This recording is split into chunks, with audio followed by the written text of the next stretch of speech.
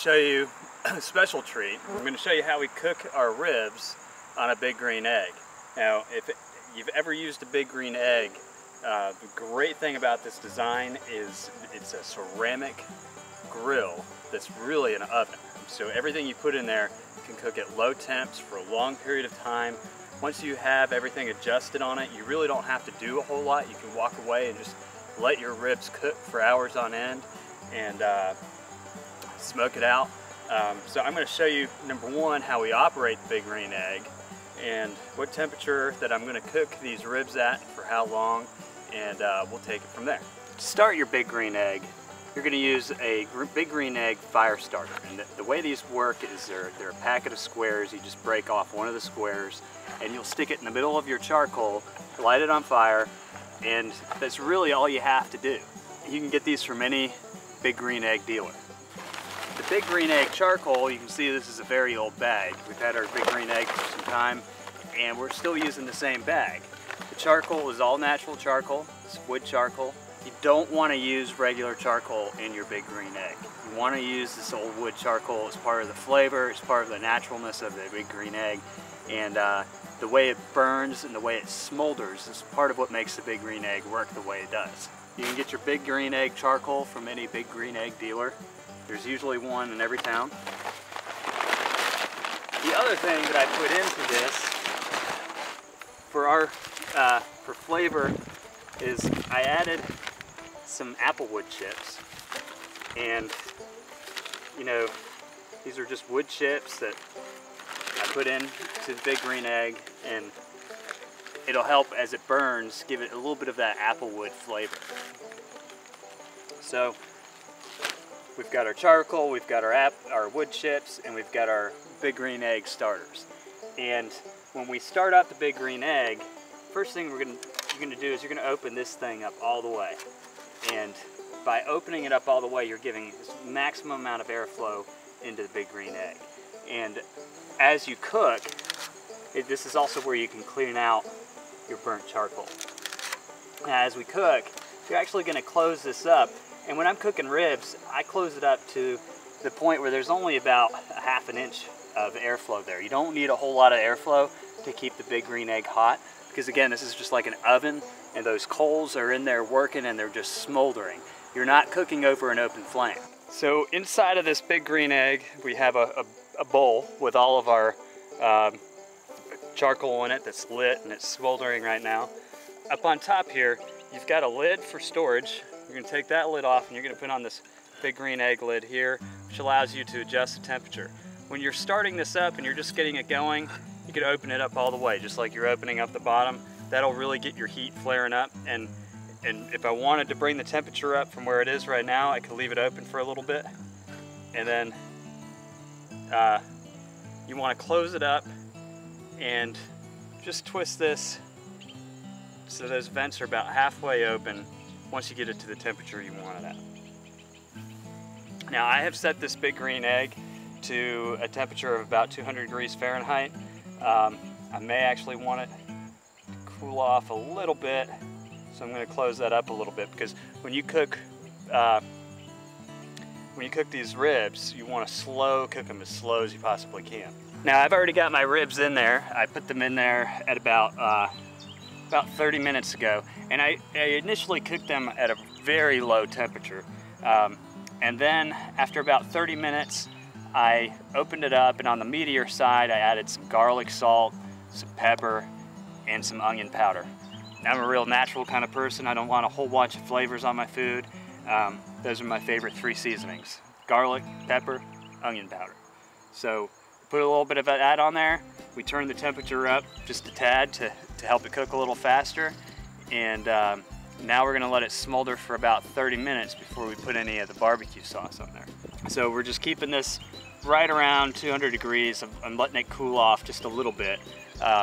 We let it get up to about 300, 350 the last time we tried ribs by not paying attention and not really knowing what we were doing or how to adjust everything, and we ended up just scorching the ribs. So I'm really watching this temperature gauge. I'd really like it to get a little bit cooler in there, so I'll make a couple adjustments down here. We've got that closed pretty good. And we're just gonna let that temperature gauge drop a tiny bit, and then we wanna hold it there, right around 200. I'd like it to be a little less than 200 degrees, just to really slow cook those ribs. When it gets towards the end and we're running out of time, we can crank it up a little bit, but we wanna try and cure that meat in a slow way so that the juices stay in the meat and we don't dry our ribs out. Okay, so I've been checking this every 30 minutes. My alarm went off, so it's probably been about 5 minutes from my way to where the alarm went off to getting over here. So now I'm gonna go ahead and I'm gonna check these. When you open the big green egg and it's been sitting here perfectly at about 200 degrees Fahrenheit, you wanna burp it because there's a lot of heat built up in there and you don't want that flame to flash up. So burping it is just moving it up and down like that. Make sure the flame's not gonna pop up on you. We'll open this up. These are taking on nicely. Now, if you remember, after the first 30 minutes, I put on my seasonings, my garlic salt, my black pepper, my onion powder. I'm gonna add a little mustard to this. Excuse me using my fingers, they are clean.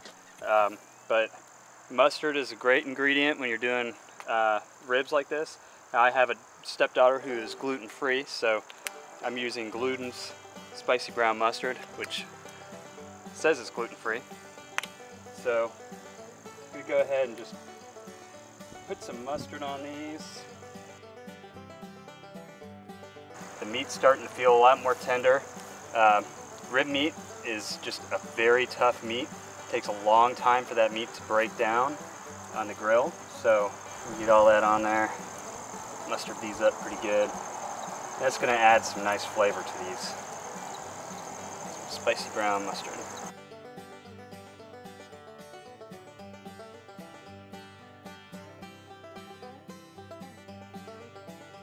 Now we'll go ahead and close this back up, and we always want to monitor it for a few minutes until it gets back up to 200 degrees Fahrenheit. I went ahead and I set my alarm to alert me after another 30 minutes to check on these. I'm leaving this wide open until my temperature gets back up to about 200. Now I'm just going to close it partway off again and continue to monitor it, make sure it stays at 200 degrees. Well, this actually was creeping up on me. It was getting close to 250. I want to keep it as close to 200 as possible, and I'd like to see it staying steady right around 200 before I leave. So what I did was I went ahead and I closed this cap off for now, and I am letting that kind of settle down and drop back to 200. Normally when you open these up, you're letting a lot of air into those coals, and so when you close it down, those coals have fired up a little bit and they're getting a little more hot. The other thing that's happening is that meat's cooking and the juice is dripping in there. But once we have this under control here, it looks like it's starting to drop a little bit. We'll go ahead and we'll just open those back up about halfway. Now this time I'm actually going to flip these over. I'm going to start putting our barbecue sauce on them. Now, everything we do here at the Rankin Ranch is gluten-free. So I've got gluten-free barbecue sauce. It's mild, it's Jim's Own sauce. It's made here in North Carolina. You can go ahead and put the sauce on these top sides, just kind of rub it in a little bit.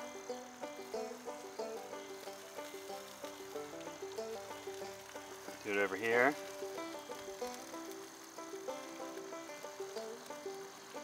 Now, the reason why we didn't put sauce on earlier on is because we really want the flavors of the meat to kind of bake themselves in first. Now that I've got some sauce on there, let me go ahead and flip these.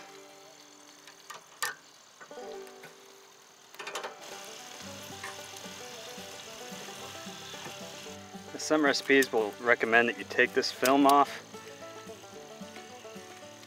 I could not get that off to save my life. So we're just going to leave it on. I'm going to put some sauce on this side too. Kind of let that bake into the flavor a little bit. Now we'll close this up and we'll set our alarm for another 30 minutes. Again, this is just a slow cooking process.